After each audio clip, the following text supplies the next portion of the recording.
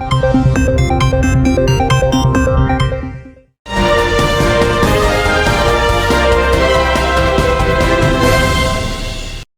इसी के साथ मैं आपसे एक रिक्वेस्ट करना चाहूँगा, एडीपी टीवी न्यूज़ की जो है राजनीतिक, सामाजिक, धार्मिक किसी भी तरह की कोई भी खबरें आप चलवाना चाहते हैं तो हमारे जो है एडीपी टीवी न्यूज़ के नंबर पर आप संपर्क कीजिए और चैनल को लाइक और सब्सक्राइब कीजिए, जिससे कि जो है कि हमारे चैनल की जो है जो पल पल की अपडेट्स आपको मिलता रहे और जो है हम लोग आपकी बातों को जो आप परेशान हैं, किसी भी तरीके से कोई भी दिक्कत हो, उन दिक्कतों को हम जो शासन प्रशासन तक आपको पहुंचाते रहेंगे, जिससे कि जो आपकी समस्याओं का समाधान।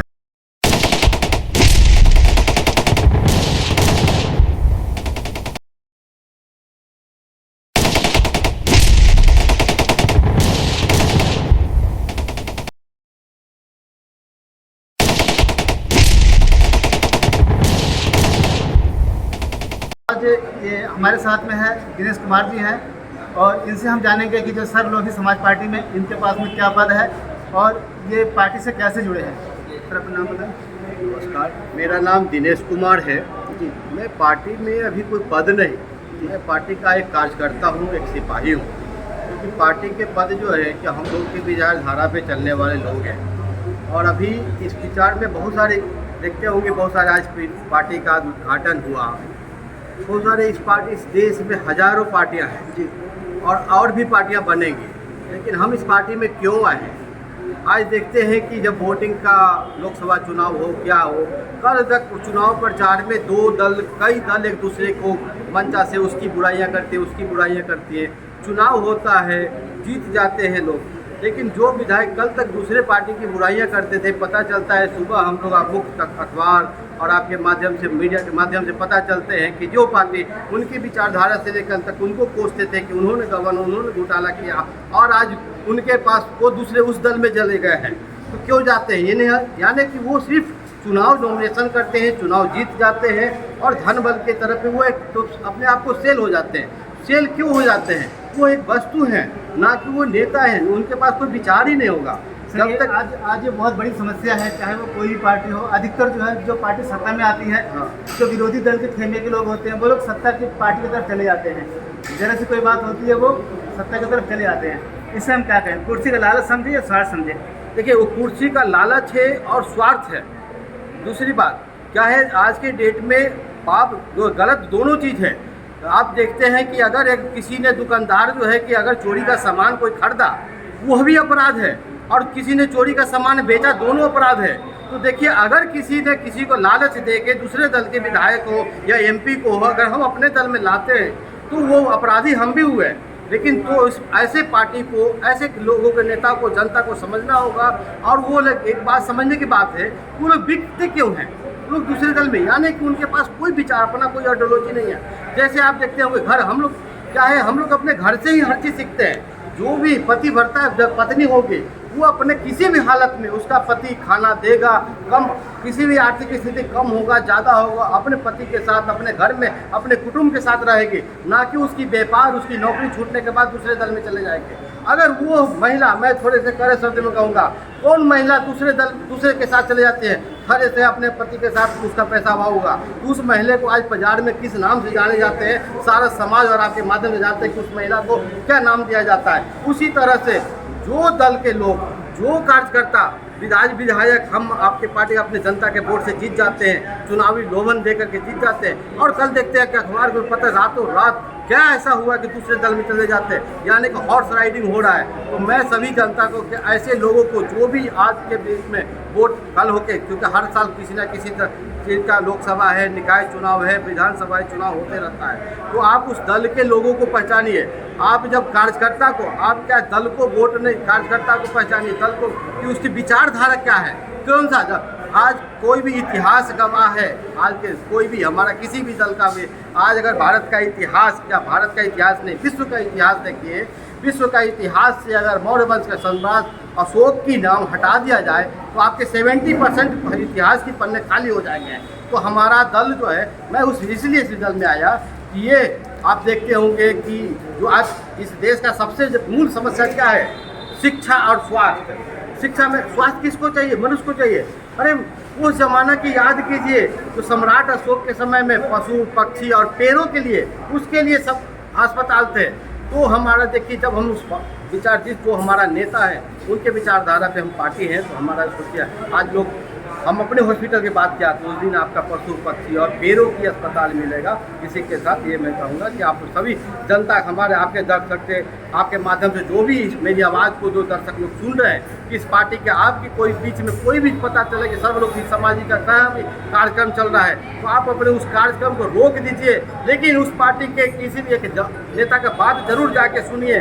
आपका बहुत भविष्य जो है, आपके परिवार का, आपके बच्चे का सुनहरा भविष्य होने वाला है। और यह मैं दावा करता हूं कि यह पार्टी के नेता, क्योंकि पार्टी के कार्यकर्ता आपके बच्चे का और आपका कुटुंब का भविष्य सुनहरा करेंगे।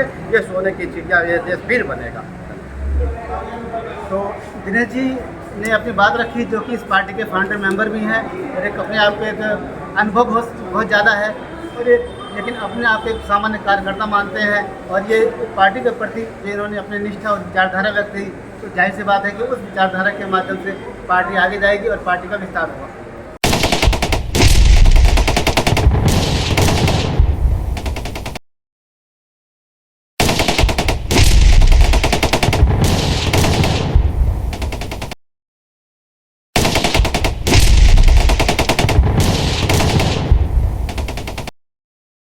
जैसे कि अभी हम जो है इस पार्टी के जो है बहुत सारे जो है राष्ट्रीय अध्यक्ष, महासचिव और जो कार्यकर्ता हैं, उन लोगों से हमने बात कराया है।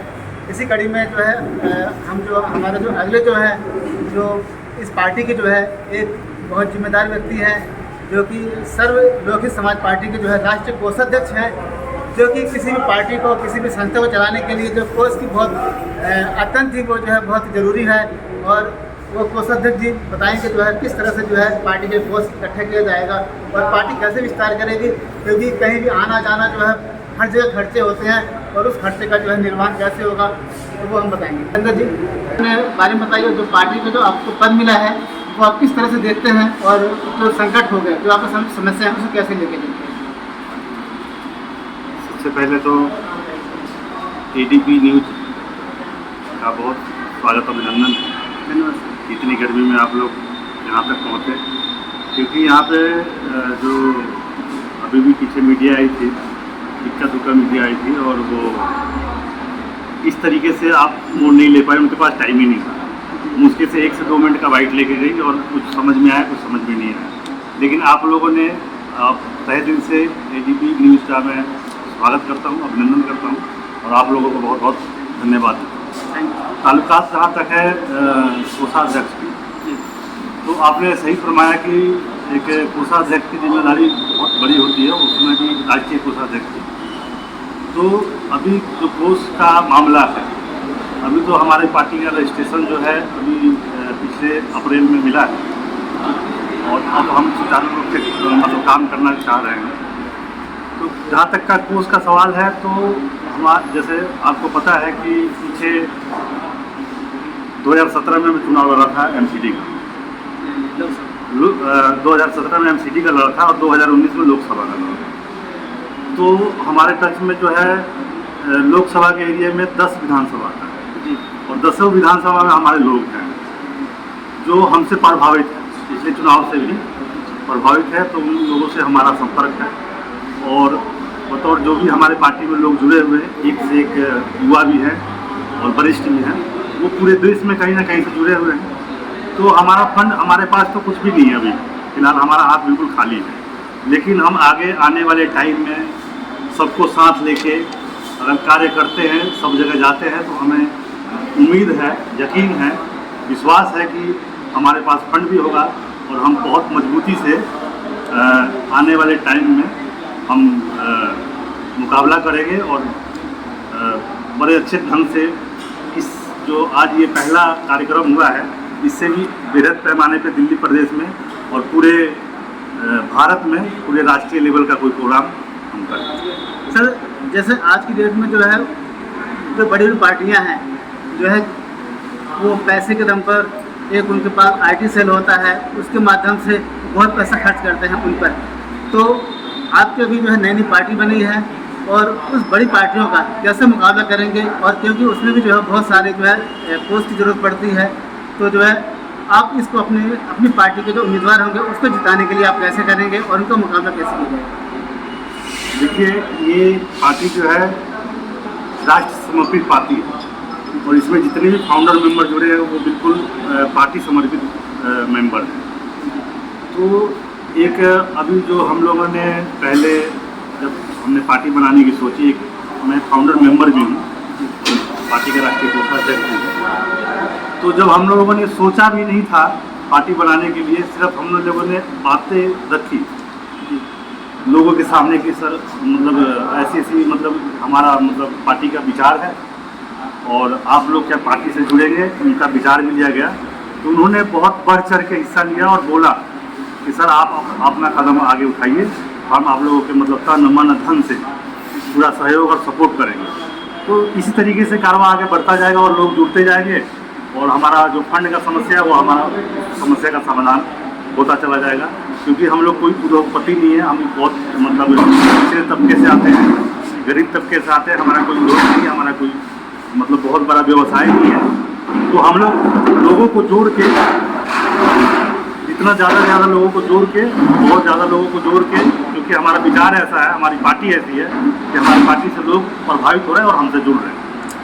सर, आपने जो है पहले भी चुनाव लड़ा है, 2019 में भी लड़े थे, तो अगला जो चुनाव आएगा 2024 का, तो हम उसमें भी जो है आपके एक कैंडिडेट के रूप में देख सकते हैं अपनी पार्टी से?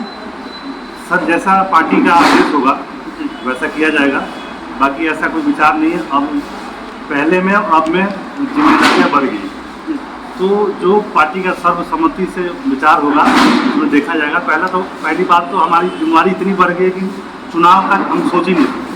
अब हम जो है नेता बनाने के लिए निकलेंगे बाहर, पार्टी को मजबूत करेंगे, पहले पार्टी को मजबूत करेंगे और पार्टी को मजबूत करने के बाद हम उसी में से नेता निकालेंगे और उसको जिताने का प्रयास करेंगे और सत्ता में मतलब सांसद और विधानसभा और निगम पार्षद में मतलब पहुंचाने का काम करेंगे। तो ये थे हमारे साथ जो है ये प्रत्याशी भी रह चुके हैं, नगर निगम प्रत्याशी, लोकसभा के भी प्रत्याशी रह चुके हैं, और इन्होंने अपनी बातें रखी जो है किस तरह से जो है ये पोस्ट इकट्ठा करेंगे और जो है जो अन्य जो राज्य हैं उन राज्यों में जो है दिल्ली और अन्य जो राज्य हैं उसमें भी जो है ये अपने पार्टी का विस्तार करेंगे और नए नए लोगों को जोड़ेंगे। और इनका कहना है कि जो है हम नेता जो बनाएंगे, जो भी आएंगे, कोई बाहरी का नहीं होगा, जो कार्यकर्ता होगा हमारा उसी कार्यकर्ता में से ही हम जो है नेता चुनेंगे और उन्हीं को हम जिताएंगे। धन्यवाद सर।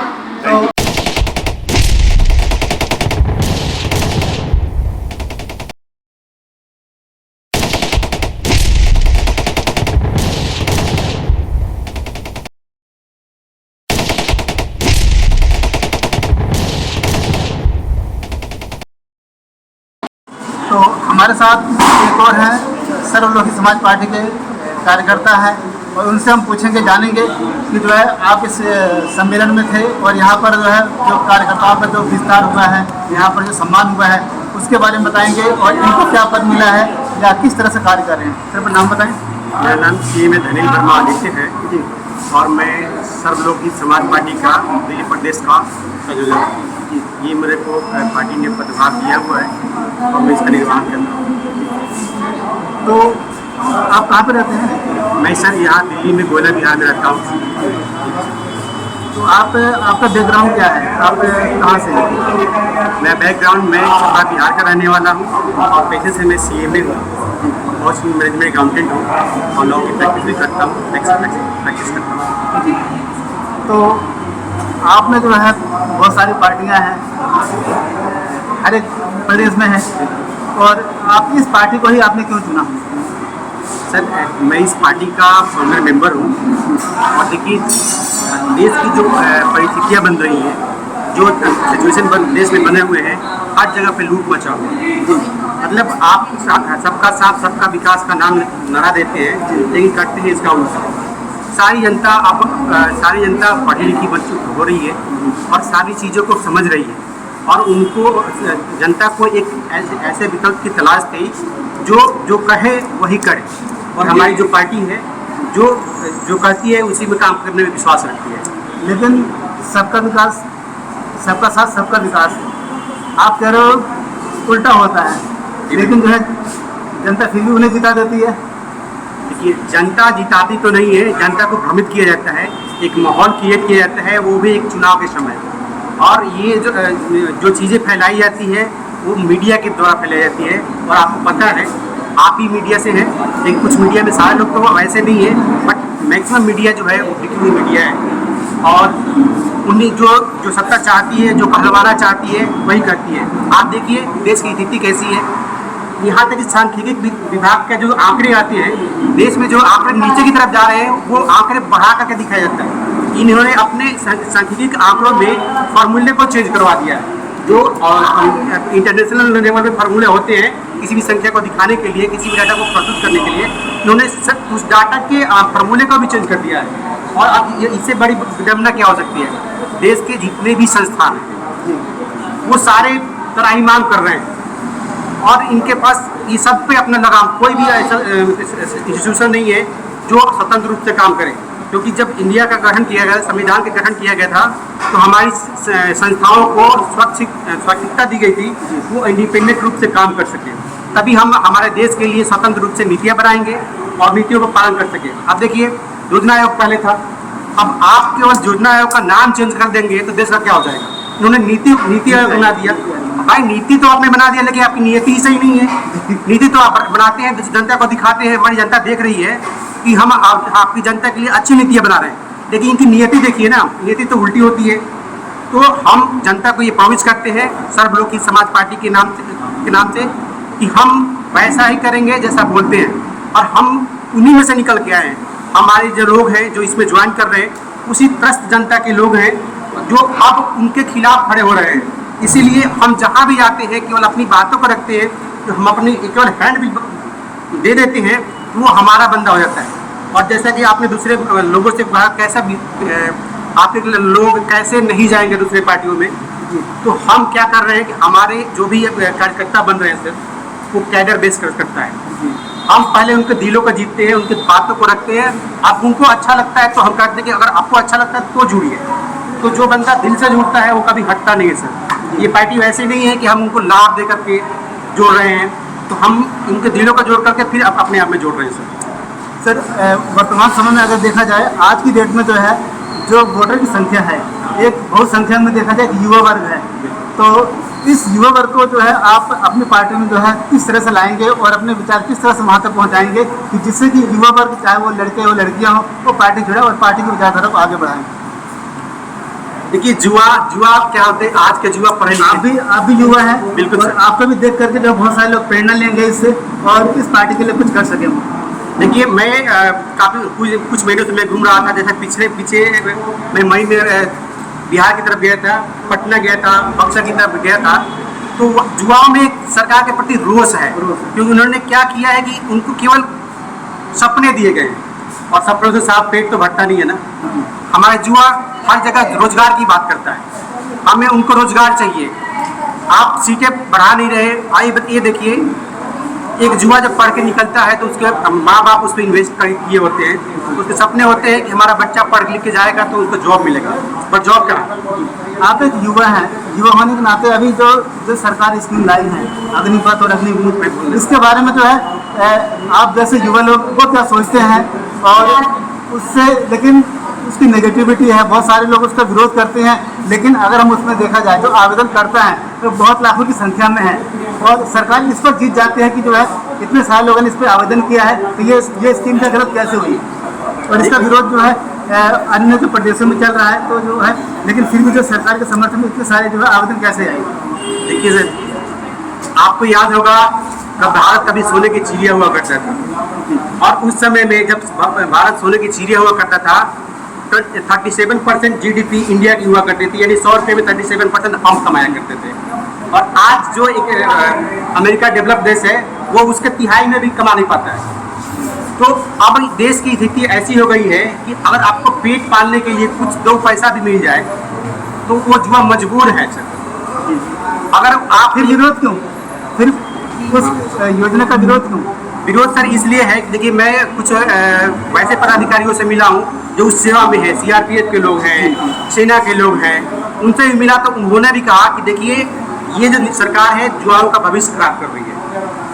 वो उन्होंने यहाँ तक कहा कि सरकार अगर हमारा 5 साल सर्विस कम कर देती तो हम लोग सर्वाइव कर जाते, लेकिन एक बंदा जो 5 साल सर्विस देके आता है और 5 साल सर्विस देने के बाद जो 17 साल के बाद जाता है और 22-23 साल में आता है, तो ये बताइए उसका लिंक पढ़ाई से हट हमें टूट चुका होता है। और पढ़ाई एक ऐसी चीज़ है कि जब पढ़ने से हट जाएंगे तो आप दोबारा इसको सर्वाइव नहीं कर पाते हैं। तो इसलिए जो समझदार युवा हैं जिनके पास थोड़ा सा वो अपने आप को चलायमान रखते पैसे है, वो इस चीज़ का विरोध कर रहा है, क्योंकि विरोध करना चाहिए। वो जो विरोध नहीं कर पा रहे हैं वो मजबूर हैं अपने पेट के लिए जुड़ने के लिए। विरोध के साथ में जो राष्ट्रीय संपत्ति का नुकसान होता है, ये सभी का नुकसान होता है और बहुत सारी ट्रेनें रद्द होती हैं, उस पर जो है जो आम पब्लिक है, आम जनता है, उसको भी जो बहुत परेशानी उठानी पड़ती है। देखिए, मैं इसका विरोध समर्थन नहीं करता हूँ कि राष्ट्रीय संपत्ति की नुकसान किया जाए, इस बात का ध्यान रखना चाहिए। लेकिन देखिए, उससे जो हुजूम होता है उसमें कुछ शरारती तत्व होते हैं, वही इस चीज़ों को खराब करने की कोशिश करते हैं। और वो जो जहाँ सरकार होती है उसके विरोधी लोग होते हैं, उस सरकार को बदनाम करने के लिए वो जुटते हैं, चाहे वो कोई भी राज्य हो। लेकिन सर, जो सरकार का कहना है, जो सत्ताधारी पक्ष है, वो कहती है कि जो विरोध करने वाले हैं वो 35+ के लोग हैं, जो कि जो राजनीतिक पार्टियों के द्वारा बहकावे में जो है आ जाते हैं, जो विरोध कर रहे हैं, जो ये असामाजिक तत्व हैं, वे लोग कर रहे हैं। इसका मैंने अभी इसके पहले भी मैंने आंसर दे दिया, इसी का जस्ट आंसर दिया था कि वो जो गवर्नमेंट कर रही है वो सही कर रही है कि जो विरोध करने वाले लोग हैं वो 35 के ऊपर के हैं, यानी छात्र नहीं है। तो छात्रों का विरोध करना चाहिए ना। तो वो लोग बिल्कुल सिद्ध हो रहा है कि वो किसी पार्टी से प्रेरित लोग हैं जो मतलब इस तरह की चीज़ें कर रहे हैं। लेकिन उसके साथ में एक युवा भी बदनाम हो रहा है। अगर कोई भी युवा जाता है, प्रदर्शन में जाता है, उसके ऊपर कोई FIR दर्ज हो जाती है, तो वहाँ पर उसको जो नौकरी नहीं मिलेगा, उसका करियर खराब हो जाएगा। बिल्कुल, ये देखिए, ये तो गवर्नमेंट को ध्यान रखना चाहिए और गवर्नमेंट से मैं अपील करता हूँ कि जब FIR दर्ज करते हुए इस चीज़ों का ध्यान रखें, क्योंकि आप खुद ही स्टेटमेंट दे रहे हैं कि जो शरारत करने वाले लोग हैं 35 के ऊपर हैं, तो आप जब 35 के नीचे वाले पे FIR दर्ज कर रहे हैं तो अपने स्टेटमेंट से मुकर रहे हैं। तो आप अपनी चीज़ों का ध्यान रखिए। नहीं, लेकिन अगर उससे कम उम्र वाले भी अगर शरारती तत्वों में इस तरह से कार्य में लिप्त पाया जाएगा तो पुलिस उस पर भी कार्रवाई करेगी। हम ये नहीं देखेंगे कि ये क्या है। बिल्कुल करेगी सर। देखिए, जो गलती करेगा उसका तो उसको भरना ही पड़ेगा। तो जो मैं आपके चैनल के माध्यम से मैं अपने भारत के युवाओं से अपील करता हूँ कि आप दूसरों के बहकाव में न आए। आप अपने जो भी मांगे हैं उसको गवर्नमेंट के सामने रखें, और उसके अलावा भी अगर आप गवर्नमेंट नहीं सुनती है तो आपके लिए न्यायालय का द्वार खुला हुआ है। न्यायालय में आइए, न्याय जरूर मिलेगा। और हमारी पार्टी भी इस पर विश्वास करती है कि न्याय में देरी हो सकती है, लेकिन न्याय हम लेके रहेंगे सर। जो भी विरोध होगा वो संवैधानिक तरीके से होना चाहिए था। जी बिल्कुल। तो ये युवा थे और इन्होंने जो है युवाओं के लिए एक बहुत अच्छा संदेश दिया है। जो भी नीतियाँ आती हैं उसका हम विरोध करें, लेकिन संवैधानिक तरीके से दिए, जो कि राष्ट्रीय संपत्ति उसमें नुकसान ना हो, और ताकि जो है जो आने वाले युवा है उनके ऊपर कोई भी जो है पुलिस की तरफ कोई कार्रवाई ना हो, जिससे कि उनका जो भविष्य जो है अंधकार में हो, उनके ऊपर जो है आगे से उनके जो रास्ते हैं, जो उनके करियर के जो रास्ते वो बंद रहा हो। तो इस तरह से युवाओं को भी जो एक सीख लेनी चाहिए। जो है विरोध जो करना है एक संवैधानिक तरीके से करें, संविधान दायरे में करें, और उसका जो अच्छे तरीके से उसका जो हमें आगे फल मिलेगा। और ये चीज़ें जो है बच्चों को जो है ध्यान देना चाहिए।